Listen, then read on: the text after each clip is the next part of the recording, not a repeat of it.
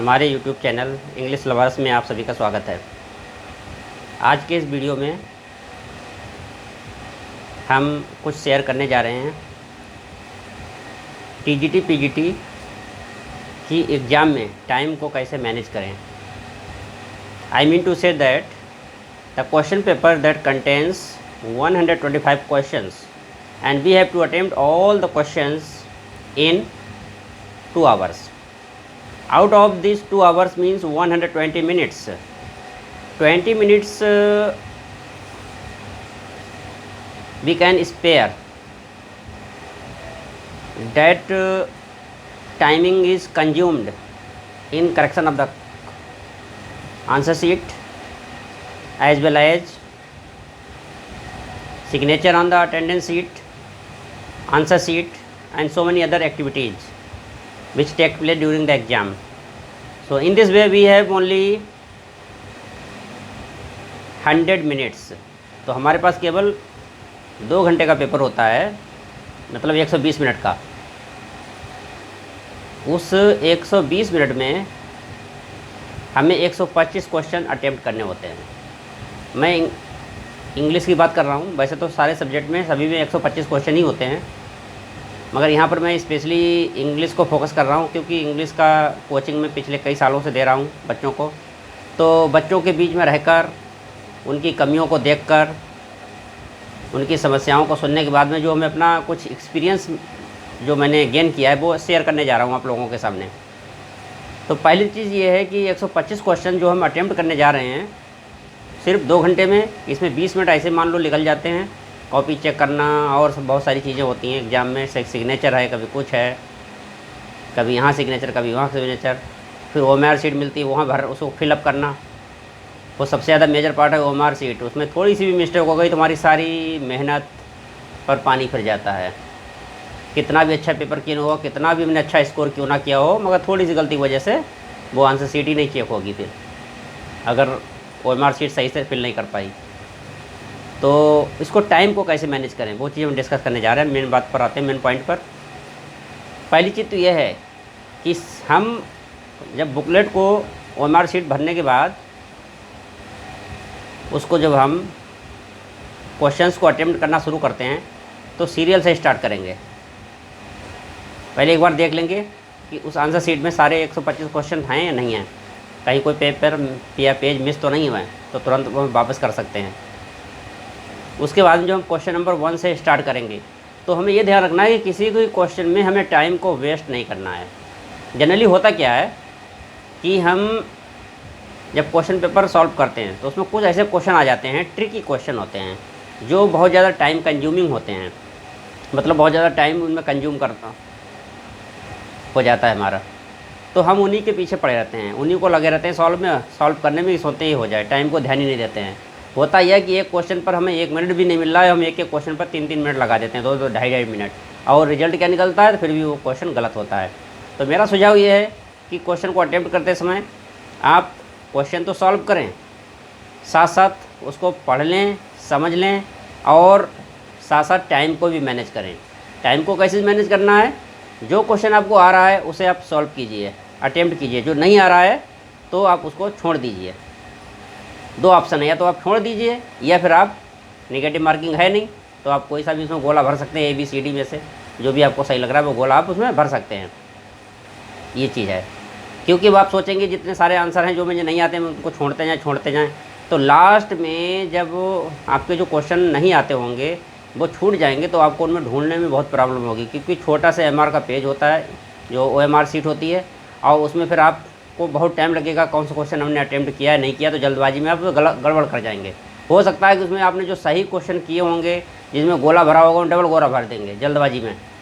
तो ऐसी दोस्तों कभी गलती ना करें। साथ ही साथ आप करते चलें, जो क्वेश्चन आ रहा है उसको सही से पढ़ें और बहुत ज़्यादा खुश भी ना हो जाएं। सोचिए यार ये तो क्वेश्चन में बहुत आता है, बहुत जल्दी आप खुश हो गए, आपने पूरा क्वेश्चन पढ़ा भी नहीं, एकदम उसका आंसर गोला भर दिया है, इसका D सही है, B सही है, C सही है। बहुत ज़्यादा खुश भी नहीं हो जाना चाहिए एकदम। पहले पढ़ लीजिए सही से। हो सकता है कि आपको लगा कि ये क्वेश्चन हमें आता है बहुत अच्छी तरह, फुल कॉन्फिडेंस है आपके पास कि हाँ ये क्वेश्चन भी सही है, मगर शायद आप उसको सही से पढ़ते तो आपको पता लगता कि मोस्ट अप्रोप्रिएट जो आंसर उसका होगा वो बी ना होकर डी है या सी है, कोई दूसरा आंसर है, तो हो गई मिस्टेक ना यहाँ पर। तो ऐसी गलती कभी ना करें, क्वेश्चन को पहले सही से पढ़ें, वो अलग बात, थोड़ा सा टाइम लग जाए कोई फ़र्क नहीं है, क्योंकि जितने क्वेश्चन आते हैं आपको कम से कम उतने तो सही होने चाहिए। आपको क्या, जो क्वेश्चन आपको आ रहे हैं जल्दबाजी में आपने सही से उनको पढ़ा नहीं और एकदम रिप्लाई कर दिया, उनका गोला भर दिया, तो वो क्वेश्चन भी गलत हो गया। तो ऐसी जल्दबाजी ना करें आप, और जो क्वेश्चन नहीं आते उनमें टाइम वेस्ट ना करें आप अपनी मर्ज़ी से, आपको जो लग रहा है या कोई एक्सपेक्टेड आंसर आपको ऑप्शन नज़र आ रहा है या कहीं पर कोई आपको क्लू मिल रहा है, तो आप उसको गोला भर दीजिए। आपको जो लग रहा है सही हो सकता है, ये मतलब जो पॉसिबिलिटी लग रही है आपको, जो क्वेश्चंस के ऑप्शन की, ये ऑप्शन सही हो सकता है, तो आप उसको गोला भर दीजिए, टाइम बिना वेस्ट किए हुए। तो ऐसे ही सारे क्वेश्चन आप सॉल्व करते जाएं, और टाइम को बिल्कुल ही वेस्ट नहीं करना है। लास्ट में क्या करना है, लास्ट में आप देखिएगा, घड़ी हाथ में होनी चाहिए आपके, घड़ी को आप देखते रहिए, टाइम को मैनेज करते रहिए।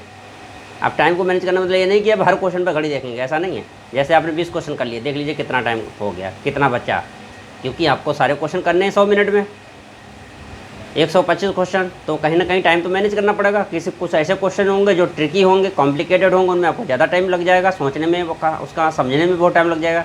कुछ क्वेश्चन ऐसे होंगे जो आपको आते नहीं होंगे, जो आते ही नहीं तो फिर उनका आंसर तो गलत होना ही है, सही होना जो भी है, तो आपको नहीं पता क्या होगा इसका, तो उसमें टाइम क्यों वेस्ट करना है।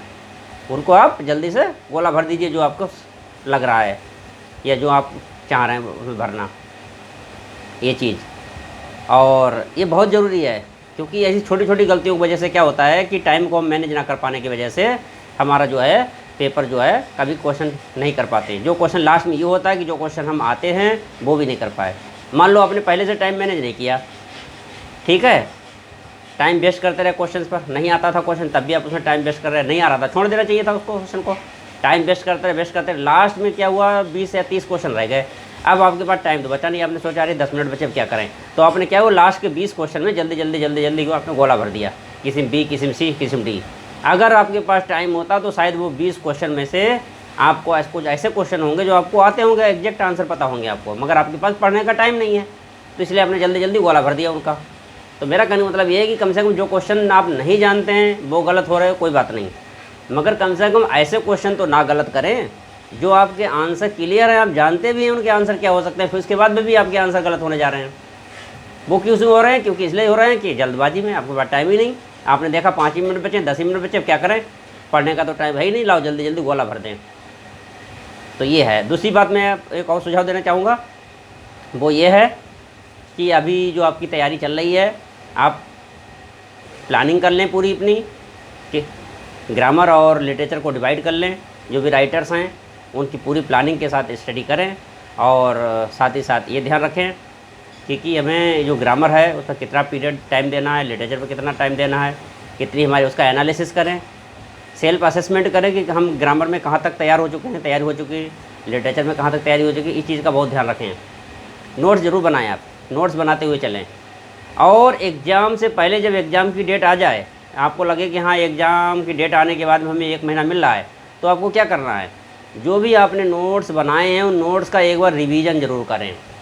एग्ज़ाम पीरियड में कोई भी नई चीज़ ना पढ़ें। मैं फिर आपसे कहना चाहूँगा, अगर आपने एग्ज़ाम पीरियड में कोई नई चीज़ पढ़ी, नई चीज़ पढ़ने का मतलब कोई ऐसा चीज़ है जिसका कॉन्सेप्ट बहुत ही ज़्यादा कॉम्प्लिकेटेड है, जल्दी समझने वाला नहीं है, कोई नया टॉपिक है जो आपने पहले पढ़ा ही नहीं कभी तैयारी में, अब एग्ज़ाम आने वाली है तो 2 दिन बचे, 8 दिन बचे, तो 8 दिन में मैं समझता हूँ नई नई चीज़ें पढ़कर आप माइंड में एब्जॉर्ब नहीं कर सकते, रिटेन नहीं कर सकते, जब तक वो चीज़ पहले से पढ़ी हुई नहीं है।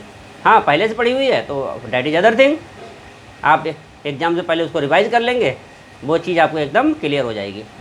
और पहले से पढ़ी हुई नहीं है, आप सोचो एग्ज़ाम में हम पढ़ लें, इतने सारे टॉपिक हैं, बहुत सारी चीज़ें हैं उनको कवर करना है, आप नई चीज़ें, सारी नई चीज़ें पढ़ते जा रहे तो आपका फिर रिवीजन छूट जाएगा, रिवीजन नहीं होगा, जो आपने पहले पढ़ा होगा वो उसका रिवीजन नहीं हो पाएगा। तो इसमें क्या होता है, ये कहीं ना कहीं हम लोगों के लिए क्या है, ये मतलब पॉजिटिव नहीं है इसी चीज़ें, इस चीज़ को विशेष ध्यान रखना है। तो by not taking much time we conclude over here, thanks.